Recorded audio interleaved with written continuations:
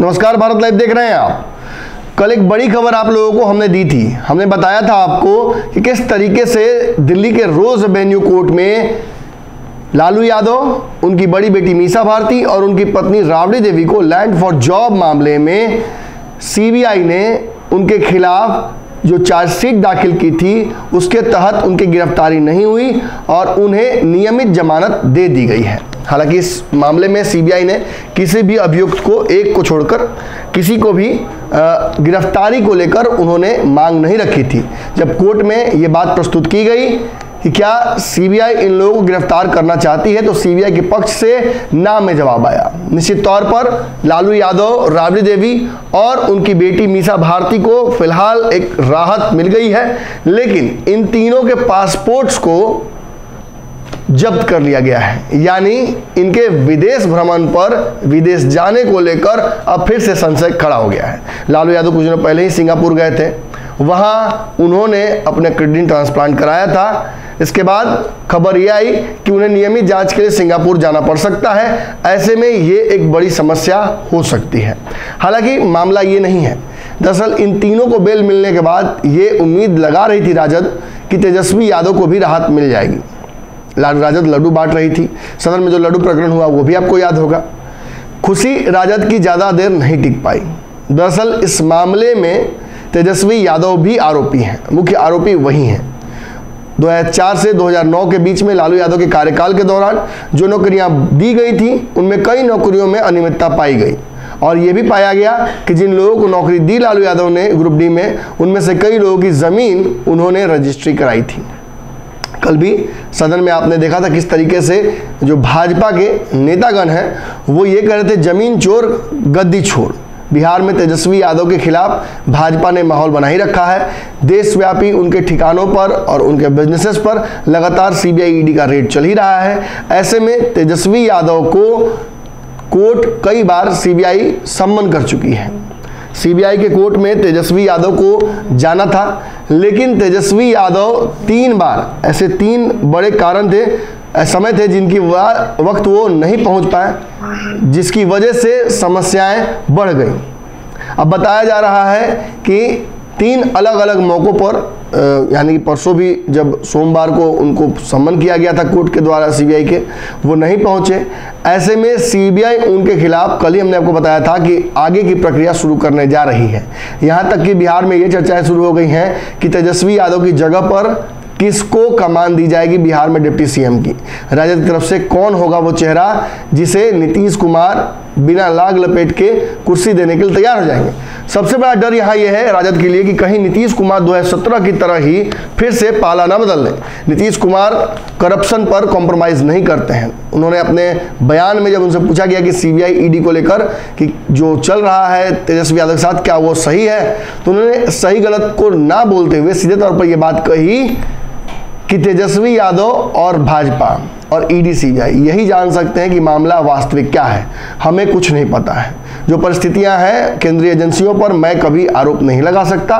एक नई प्रक्रिया है जिसके तहत ही ये सब कुछ हो सकता है। पूर्व में भी मैंने कभी कुछ नहीं कहा। जब भाजपा से मैंने पूछा, लोगों से जानने की कोशिश की, और जब मैंने कहा तेजस्वी से स्पष्टीकरण देने के लिए तो उन्होंने नहीं दिया, तो मैंने गठबंधन तोड़ दिया। अब कहीं ना कहीं फिर से तलवार लटक रही है कि कहीं तेजस्वी के समक्ष नीतीश कुमार फिर से इस्तीफे की या फिर गठबंधन तोड़ देने की शर्त ना रखें। अब तेजस्वी यादव को लेकर इतना तो तय है कि नीतीश कुमार इतना जल्दी कॉम्प्रोमाइज़ करेंगे नहीं इस मुद्दे पर।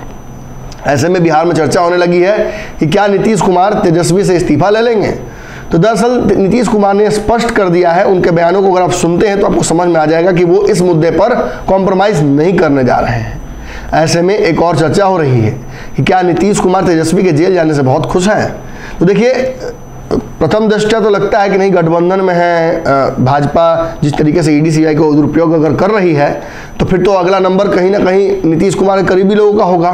राजद जिस दिन सरकार बनती है उसी दिन उसके शपथ ग्रहण से पहले उसके नेताओं पर छापे पड़ने लगते हैं। कानून मंत्री की गिरफ्तारी की बात आ जाती है।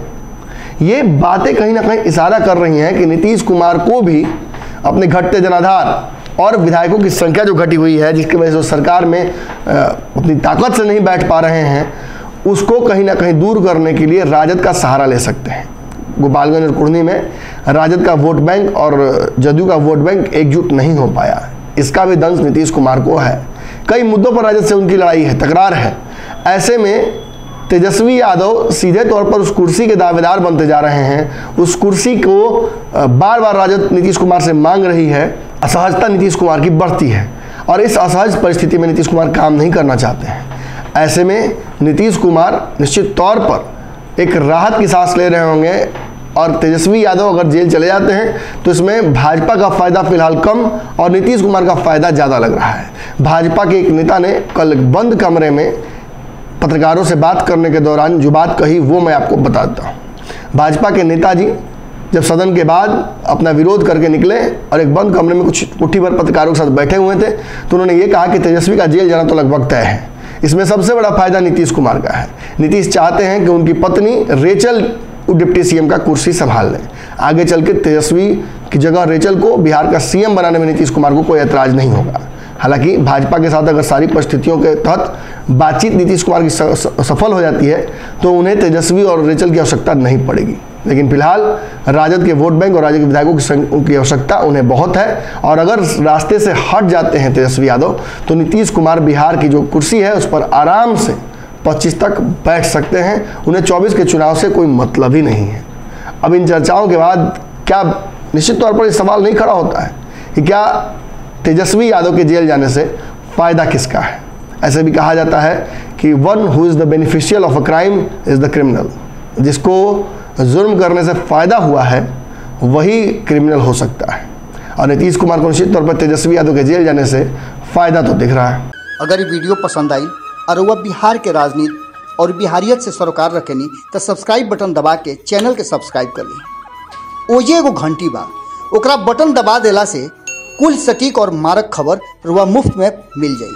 अगर रुआ पत्रकारिता के हमनी के नया प्रयोग में सहयोग कर चाहतानी तो ज्वाइन बटन दबा दी। पेटीएम नंबर नोट कर ली 9386816700। धन्यवाद।